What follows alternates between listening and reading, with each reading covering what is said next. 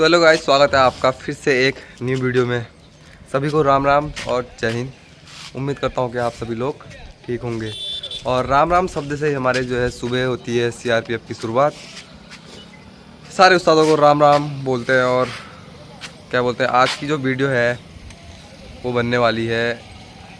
कई भाइयों का कमेंट आ रहा था कि सर, अगर हमें ट्रेनिंग टाइम पर अगर इंजरी हो जाती है तो क्या हमें घर भेज देंगे या फिर हमें ट्रेनिंग सेंटर से आउट कर देंगे।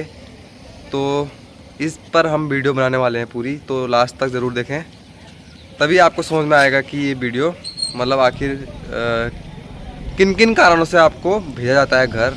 तो पूरी वीडियो में बने रहें। और कैसे हो सभी लोग? आप लोग सब ठीक होंगे। आज हमारे यहाँ इलेक्शन चल रहा है अभी, तो इलेक्शन के समय अभी हम ऊपर आ गए हैं। हमारी ड्यूटी अभी थोड़ी देर बाद लगेगी। तो आज का जो टॉपिक रहेगा वीडियो का, कि जो ट्रेनिंग के टाइम पे जो इंजरी होती है और इंजरी को लेकर के क्या क्या कार्रवाई होती है, कैसे होता है, उसके रिलेटेड वीडियो है। तो भाइयों, अभी क्या है, आप लोगों की ट्रेनिंग शुरू होने वाली है। तो उसमें 44 वीक की ट्रेनिंग होती है। तो 44 वीक की ट्रेनिंग में क्या होता है कि कई लोगों के दर्द होता है, चोट भी लगती है, बहुत सारी चीज़ें होती हैं। लेकिन किसी की चोट कुछ ज़्यादा हो जाती है तो उसके चलते एक शब्द होता है ट्रेनिंग के टाइम, रेलीगेट। रेलीगेट का अर्थ ये होता है कि मान लीजिए आपके पैर में चोट लगी या हाथ में चोट लगी, या किसी बस आप बीमार हो गए, या आपको मलेरिया हो गया, चिकनगुनिया हो गया, या फिर पेचिस हो गया। कई रोग हो जाते हैं जो कि ऐसे रोग होते हैं जिनके इलाज जो होता है कम से कम 15 दिन लगते हैं। अब 15 दिन लगातार ट्रेनिंग पर आउट होने पर उसको क्या किया जाता है, रेलीगेट किया जाता है। किसी कारणवश चोट लग गई या कुछ हो गया, मान लो उसका इलाज हो रहा है हॉस्पिटल में, सरकारी हॉस्पिटल में इलाज हो रहा है, तो उस दौरान क्या होता है, तो 15 दिन अगर ट्रेनिंग से आउट रहता है बंदा तो उससे रेलीगेट कर दिया जाता है। रेलीगेट का अर्थ ये होता है कि उसकी ट्रेनिंग अब इस बैच में नहीं होगी, क्योंकि 15 दिन ट्रेनिंग निकल जाने के बाद दूसरे बैच में ट्रेनिंग होती है। अब इसमें क्या होता है, जैसे कि सेमेस्टर वाइज ट्रेनिंग होती है, 4 सेमेस्टर में ट्रेनिंग होती है।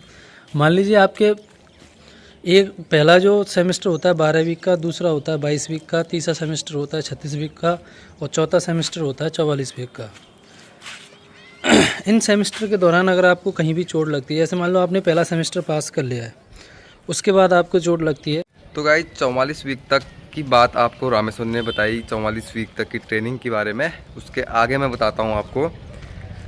कई भाइयों का कमेंट आ रहा था कि सर, इंजर्ड हो जाएंगे तो क्या हमको घर वापस भेज देंगे। तो उसी के बारे में आपको बता रहा हूँ। घर तो वापस नहीं भेजते हैं। जैसे कि आपकी ट्रेनिंग जो है सेमेस्टर वाइज चलती है। जैसे कि मेरे दोस्त रामेश्वर ने आपको बताया था, तो जैसे कि 12 वीक, 22 वीक, 36 वीक और 44 वीक। अगर आप जैसे 12 वीक से पहले अगर इंजर्ड हो जाते हो कि किसी भी कारण से आपको चोट लग जाती है, या फिर आप फिजिकल में मतलब थोड़ा सा कमज़ोर हैं या अनफिट हो जाते हो, तो उसके बाद क्या होता है, 12 वीक के बाद आपको, अगर 12 वीक से पहले अगर आप इंजर्ड हो जाते हैं तो आपको डायरेक्ट क्या होता है कि अपने जहाँ से आपने रिपोर्ट करी है जीसी ग्रुप सेंटर, वहाँ भेज दिया जाता है। उसके बाद आपको नया ट्रेनिंग सेंटर अलॉट होता है कि आपको जो भी ट्रेनिंग सेंटर आपका जो है खाली होगा, जहाँ पर जो है न्यू बैच चलने वाला होगा, तो आपको वहाँ पर भेज दिया जाएगा अगर आप 12 वीक से पहले इंजर्ड होते हो। तो अगर आप 22 वीक या 36 वीक या 44 वीक में आपको भगवान करे तो आप पूरी ट्रेनिंग पार कर लो, लेकिन किस्मत होती है किसी किसी की तो इंजर्ड हो जाता है। तो बताऊंगा आपको एक कहानी ऐसे ही मेरे एक दोस्त की, जो 22 वीक के बाद इंजर्ड हुआ था। उससे पहले जान लेते हैं कि आगे की जानकारी, कि 22 वीक से पहले अगर आप इंजर्ड हो जाते हैं, तो यदि आप 22 वीक से पहले अगर इंजर्ड हो जाते हो तो ना, आपको जैसे कि आप 21 वीक या 20 वीक में इंजर्ड होते हो, तो उसके बाद आपको डायरेक्ट जो है 12 वीक के जो जहाँ भी जो है ट्रेनिंग सेंटर में 12 वीक कंप्लीट हो जाते हैं, तो आपको उस ट्रेनिंग सेंटर में भेज दिया जाता है। तो बहुत से लड़के हमारे साथ के हैं जो बंदे, मतलब जो बहुत से लड़के इंजर्ड हो गए और वो गए, उन्होंने काफ़ी मेहनत करी थी, मतलब 12 वीक या 20 वीक तक उन्होंने काफ़ी टाइम उन्होंने ट्रेनिंग को दिया, और फिर जाके बेचारे 1-2 वीक के लिए इंजर्ड हो गए, तो उनको दोबारा से 12 वीक से दोबारा ट्रेनिंग करनी पड़ी।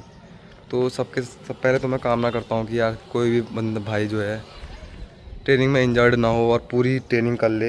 ये मेरी मतलब भगवान से भी कामना है उसके लिए, तो बात कर लेते हैं एक बंदे की जो 22 वीक का मिड टर्म काट के आया था। उसके लिए एक खुशखबरी तो ये थी कि वो बंदा मिड टर्म काट के मतलब उसने 22 वीक का टेस्ट पार कर लिया था। 22 वीक के बाद ही उसकी ट्रेनिंग शुरू हुई।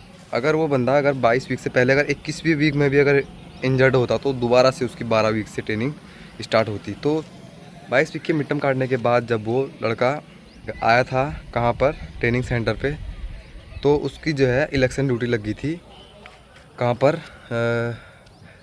आंध्र प्रदेश, शायद आंध्र प्रदेश में उसकी ड्यूटी लगी हुई थी। तो जब वो ड्यूटी के लिए गया था तो वापस आने वक्त उसके हाथ में जो है हाथ में इंजरी आ गई थी। तो शायद उसका हाथ अंदर से अंगुली टूट गई थी।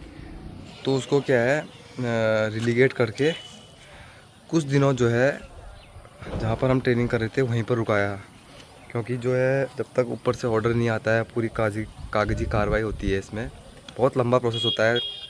वो 1 से 1.5 महीना जो है हमारे आरटीसी जहाँ पर हम कर रहे थे चेन्नई आवड़ी में, तो वहीं पर उसको रुकाया। और उसके बाद उसे जब तक जो हमारा नेक्स्ट बैच चल रहा था पिछला बैच, जैसे हमारा 431वां बैच था, तो 430वां बैच का जो है 22 वीक तक उसने वेट करना पड़ा। 430 बैच का जो है उस टाइम पे 14वां या 15वां वीक चल रहा था, तो उसने 6 या 7 वीक वेट करना पड़ा और जाके जो है उनके साथ वो फिर 22 वीक में मिल गया। तो काफ़ी जो है अगर इंजर्ड होते हो तो बहुत ज़्यादा जो है टाइम इसमें बर्बाद होता है। तो इस प्रकार होती है, मतलब अगर आप ट्रेनिंग कैसे आसानी से पार कर लेंगे, तो ट्रेनिंग पास करने का आपको जो है मूल मंत्र मैं बताता हूँ। आपको ट्रेनिंग में जो है कभी भी एक्स्ट्रा एफर्ट कभी भी नहीं लगाना है। अगर आप फेल हो रहे हैं तो कोई बात नहीं, फेल हो जाइए, लेकिन वहाँ पर जो है किसी को भी फेल नहीं करते हैं। क्योंकि जो है अगर आपको फेल करेंगे ना, तो जो आपका उस्ताद होते हैं, जो आपके पीटी ट्रेनर होते हैं, तो उन पे जो है बात आ जाती है कि आपने जो है इनको अभी तक सिखाया क्या है जो कि ये अभी फेल हो रहे हैं। तो जो है आपको वहाँ पर पास कर दिया जाएगा आसानी से। क्योंकि मेरे साथ के कई बंदे जो हैं रनिंग में फ़ेल होते थे हर बार, लेकिन टेस्ट में पास हो जाते थे। तो आप समझ ही रहे हैं कि उनको वो कैसे पास होते थे टेस्ट में, उनको पास कर दिया जाता था आराम से। तो आप जो है चिंता ना करें, आपको ट्रेनिंग जो है आसानी से पार हो जाएगी। बस अपना जो है आपने ध्यान रखना है, बस आपने जो है पैर बचाने हैं अपने। वहाँ मेन चीज़ है गाइस आपके पैर। अगर आपके पैर सही सलामत है ना, तो आप पूरी ट्रेनिंग जो है आराम से कर लेंगे। ट्रेनिंग को ज़्यादा मतलब कुछ हार्ड नहीं होती, मतलब आपने कुछ भी वहाँ पर एक्स्ट्रा एफर्ट नहीं लगाना है अपनी तरफ से। फर्स्ट आप मतलब आप ना ज़्यादा पीछे रहिए और ना ज़्यादा आगे रहिए, बस बीचों बीच चलते रहें तो आपकी ट्रेनिंग आसानी से पार हो जाएगी। कोई टेंशन की बात नहीं है। तो गाइस यही था वीडियो में। तो वीडियो आपको अगर पसंद आती है तो लाइक करें और अपने भाई को थोड़ा सा प्यार दें और सब्सक्राइब करें। सभी को राम राम, जय हिंद।